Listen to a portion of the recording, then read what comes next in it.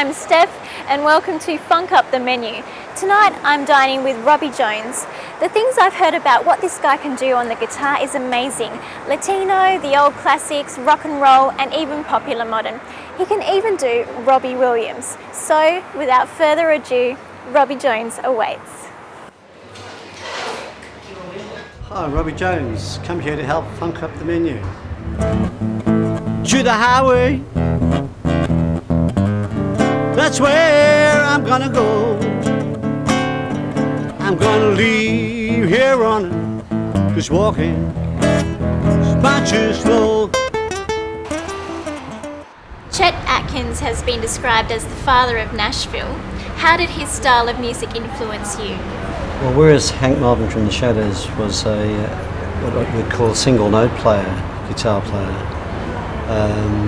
Chet Atkins would play guitar and you'd make the instrument sound like there were two guitar players playing. And to do that was quite a difficult task. So I felt if I could ever do that, I'd be well on the way to making some money out of this instrument and be, maybe a hero. Sometimes to remember. Your first gig was playing alongside your brother Brian and his band. Tell me, what style of music did you play? Well, a large percentage of the repertoire was Shadows, and then because this was in the mid-60s, we were playing in a nightclub and they were doing lots of bossa novas and cha-chas and people wanted to dance, so we did a lot of Latin music. And I don't think it was necessarily my brother's favourite music, but I had to play it if he was playing it.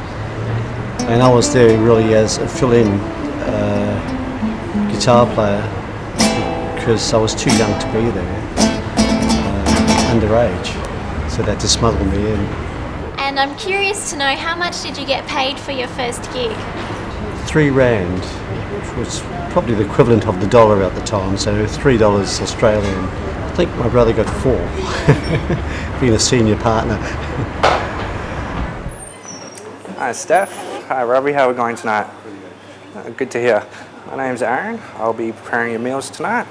What can I start you off with, entrees? I'll have the calamari, please. Sure. No problem, so I'll get them coming up.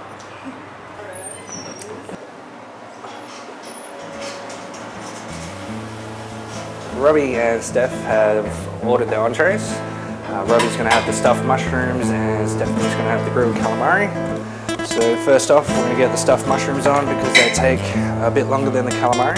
So we'll get that started. They get topped with Parmesan cheese,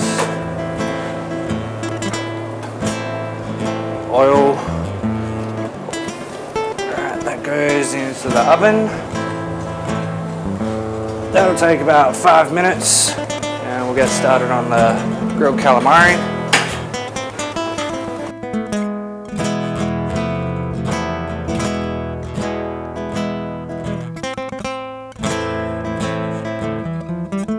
Freshwater was your own band. What kind of music were they famous for? I suppose boot scooting would be the name, and if you look at boot scooting music, it's really country rock. And that's what we thought we were going to make a bit of money at. It was quite an interesting time. We ended up with managed to get on Channel 7 on the float, on the Christmas pageant, so that was quite a nice experience, yeah. It was an annual thing, but country rock would be the answer to that question. Freshwater played at some big gigs. What were some of the highlights? Well, the biggest gig would have been the Mustard Sedan at Fremantle, and that was doing support to Slim Dusty. And as you know, he's an Australian icon. Don't think we could top that.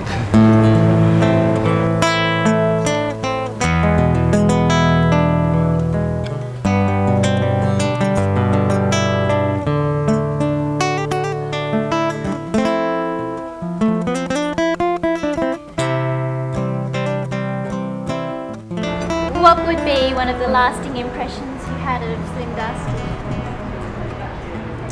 Would be the way he held the audience.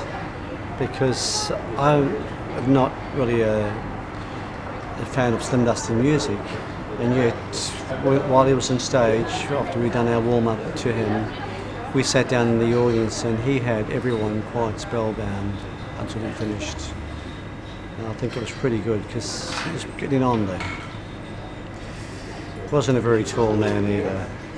Okay, while the stuffed mushrooms are cooking, I'm gonna get the calamari started. Start off with a hot pan. Calamari marinated in garlic, chili and coriander. Calamaris thrown in a small salad, and the stuffed mushrooms going beside a small salad.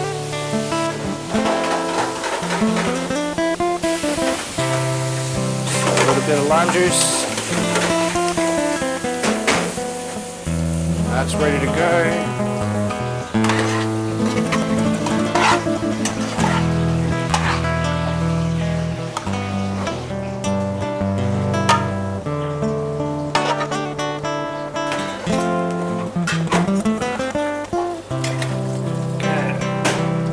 Finish the mushrooms.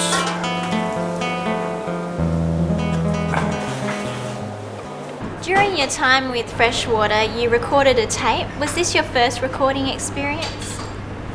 In Australia,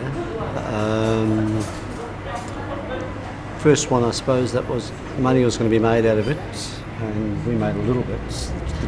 The gentleman who actually contracted us to do the tape made a lot of money out of that, because it was a tape for the Texan River boot scooters, for the line dancers, for them to practice their line dancing to. But my first recording experience was back in South Africa, in Swaziland, recording for BBC. This was when I was 17 years old. They built a new radio station with a brand new recording studio, brand new gear, and they needed someone to practice on. And we were the young band, with a high school band, just starting to play around the pubs. And they felt that we were pretty good value, and we did a half-hour spot, which was still on air, being played every now and then till the day I left Swaziland, which was quite interesting. I think we got, they could have paid us a bit more than they did. One more dollar just before I go. I'm gonna leave here on. I gotta head down that road once more. When the moon peeps over that mountain, Lord, I'm gonna head. That's where I'm gonna go. I'm gonna leave here running, just walking, much too slow. In the 80s and 90s, you were a member of the Rhythm Rockers and One Way Street. What were some of the highlights of your time with these bands? Well, with the Rhythm Rockers, the band we had to change direction in Freshwater, and we had to have a name change because the boot scooters pretty well knew the band as a boot scooting band, and we were starting to get, we realised that the Rockabillys needed some 50s rock and roll, and they were actually the people who were actually going to the pubs. So we formed that band basically to play jive music. So we did some rockabilly dues, some big Elvis Presley nights, and I suppose they were good shows. There were a lot of people, and a trip back to the past. Somewhere deep inside, something's got a hold on you. It's pushing me aside, stretch out forever. And you know I'm right for the first time in my life. In the 1980s, you toured Western Australia with the rock and roll show band. I heard you had some famous company. What were some of the headline acts you were playing with? That was Normie Rowe and Ray Burgess. And Normie Rowe, we took him on tour up to the Goldfields and also south. He was, as everyone knows, was in the army, and it was a lot of fun. But Ray Burgess was a pretty good guy to get along with, so we had a lot of fun with him. And every time he came over for telethon, we would take him on tour. How's it all going, guys? New intros? Nice one, okay. What would you like for your mains? I was thinking of the chef's special, the salmon. Salmon, yeah, good choice. For you, Robbie? Pork spare ribs and Greek salad. And a Greek salad?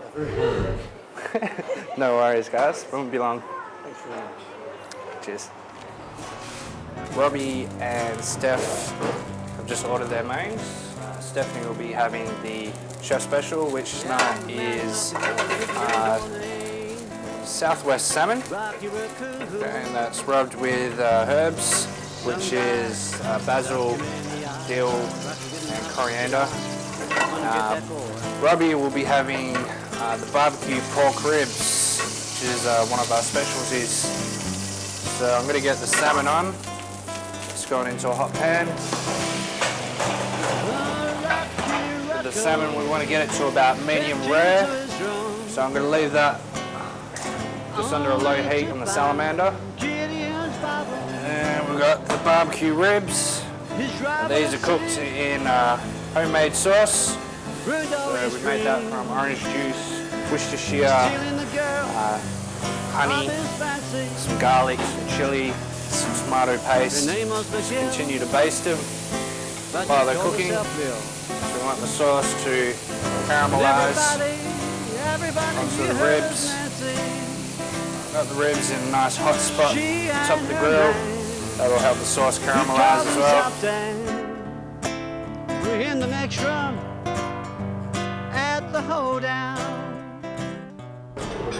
Robbie, you played at the Raffles Hotel for about 8 years. How did you feel when they closed the place down in 2004? Very sad day. Very sad. I made a lot of friends there during the Wednesday nights or the Thursday nights, because I was basically there to keep the rockabillys or the rock and rollers or the jivers there after they had their classes, and a lot of them became my friends. And also the band used to quite often do a Saturday, we do the Saturday gig, sometimes a Saturday afternoon gig, sometimes a Sunday gig. So besides the work it was bringing in, you got to know the management, often with that amount of time behind your belt, and it was just a very sad day. Yeah, I don't think it'll be quite the same when the new one opens.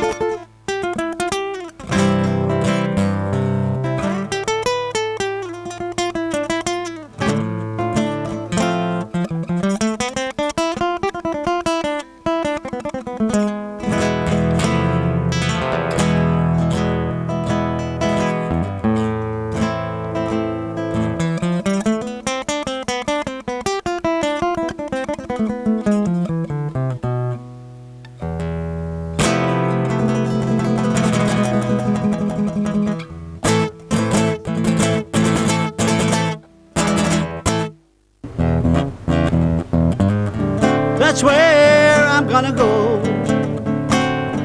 I'm gonna leave here running, 'cause walking is much too slow.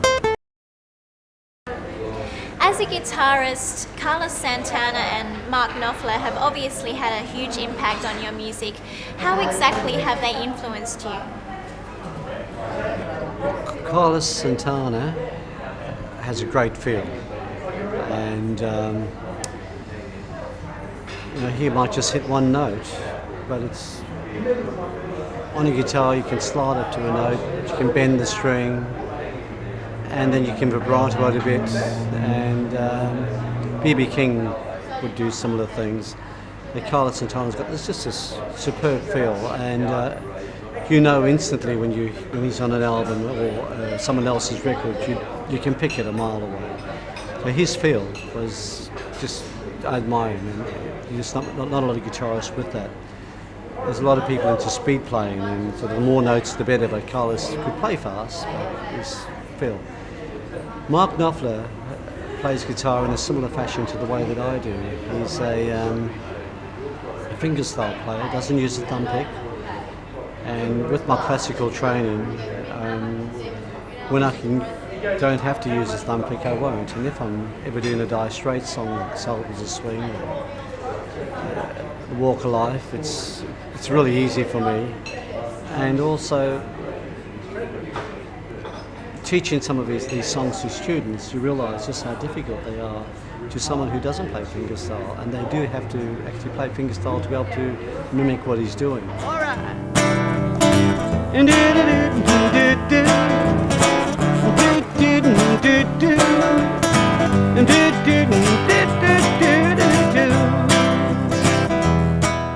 Nowadays, Robbie, you're a guitar teacher.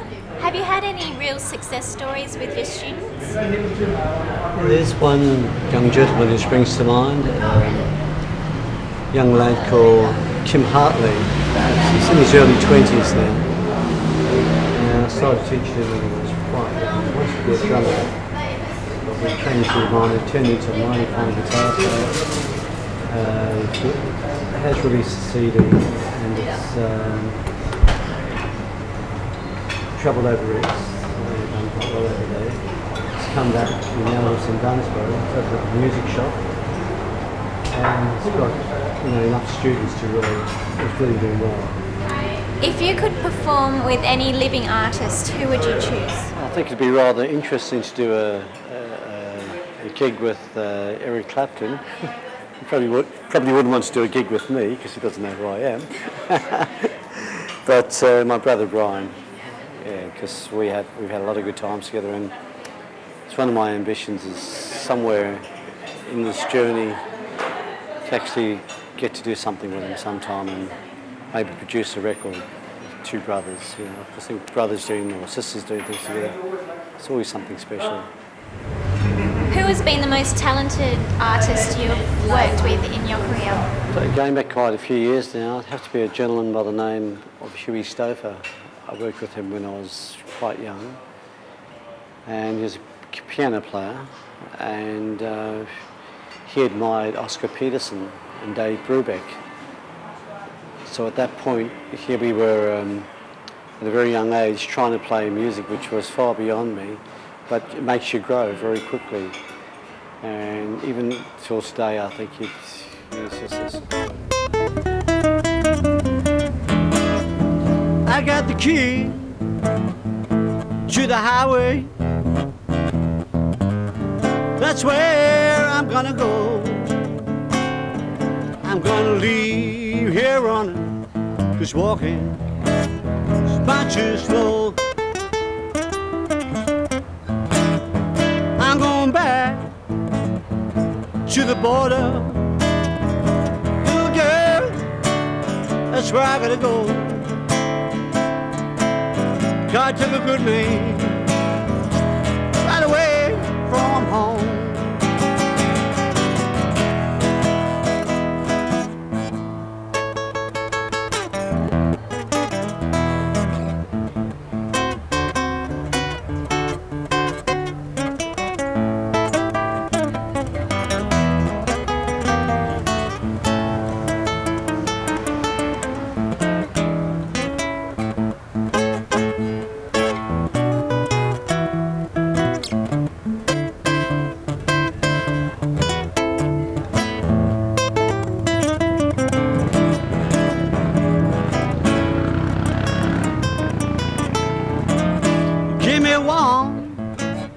one more dollar just before I go. I'm gonna leave here on. I gotta head down that road once more. When the moon peeps over that mountain, Lord, I'm gonna head way from home now. Gonna head down that highway. I won't be coming back no more. I got the key to the highway, and it's worth more than a pot of gold. I'm gonna heave here on, 'cause walking much too slow.